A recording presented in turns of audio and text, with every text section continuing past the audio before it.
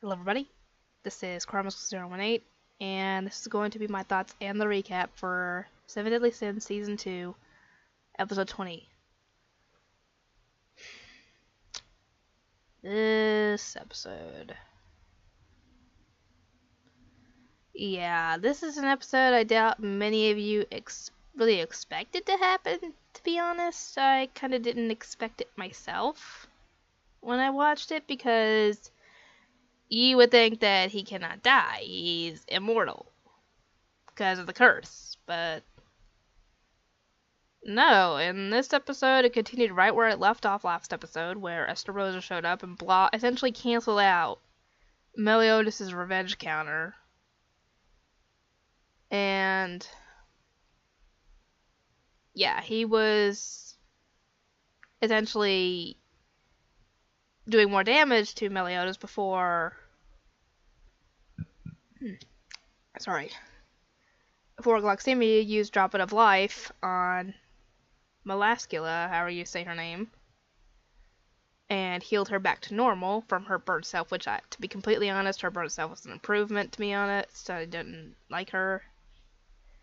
And she essentially tries to take Meliodas' soul, like she's done so many others, but somehow he's able to resist it. I don't know if it's because he's a demon himself, or with how strong he is, or willpower, I don't know.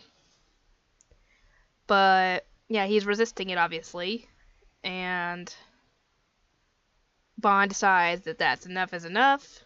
He has the mage teleport him back there, and somehow he's able to, freeze time? Pause it? Slow it down? I don't know what he does. Essentially, I think hide his presence until he goes right over to Melascula and breaks her neck, uses some kind of ability of his to cut out her hearts, and destroys them. So I assume he destroys at least all but one of them, because later on she's found she's alive. Because he's trying to save Meliodas, obviously. And sadly, like I said before, Esterosa's ability keeps anybody who has hatred in their heart, I guess, against Esterosa, or hatred in their heart in general, I don't know which, keeps them from fighting, being able to essentially, lift up their arms to hold their sword, or even grip it, or whatever. And essentially, Bond's having that trouble. He keeps on trying to essentially take Esterosa down. He's essentially wrapped himself around Esterosa, trying to break him, and it's like nothing's happening. And by this point, Esterosa is pulling out weapon upon weapon, and essentially stabbing each and every one of Meliodas' hearts, which he's got 7, considering he's a demon. Sadly, Bond can't do a thing about it. And essentially, Meliodas is killed. And after that,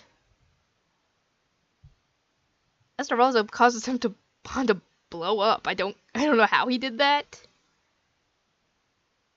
Maybe he finally decided to take initiative and... Sorry, I thought I heard something. And use Bond's attack against him and go boom. And essentially, a lot later... No, actually, while this is going on, Elizabeth has the mage teleport her there as well, and by this point, all the demons are gone. And yeah, Meliodas is left there. Oh, I forgot to mention this in the last episode, but the demon with all the faces on it used a spell on Meliodas to keep him from leaving, so obviously that's why he wasn't able to escape before.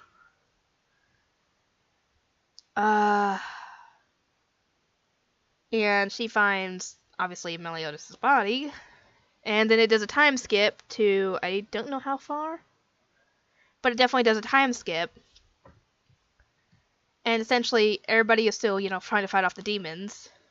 And the Ten Commandments are trying to invade Leonis at this point. We actually see the return of those holy knights from episodes 4 and 5, I think. when they were trying to get Bond out of the prison back in season 1. We see the return of them, actually, but at first I didn't realize it at first, but I realized it now that it actually was them. At least the two that fought Meliodas and Deanne, actually. And they get their souls stolen by Fraudrin, aka Dreyfus. And Golgius is actually able to escape, obviously using his invisibility. And he would have gotten himself killed by a demon that he encountered outside the Forest of White Dreams, had it not been for Hawk and Elizabeth saving him. And yeah. Apparently, with that demon cat on Arthur's shoulder, apparently he will never die or something like that. At least that's what the samurai guy said. And apparently it could talk in some kind of different person, not first person. It's kind of first person, yeah, it's kind of not. Don't ask me. I don't understand it myself, but yeah, they're taking out demons, and essentially everybody else, except for King, Deanne, Merlin, Gother's in prison, because obviously they took Dreyfus's warning about Gother being a commandment to heart and kept him locked up, just in case.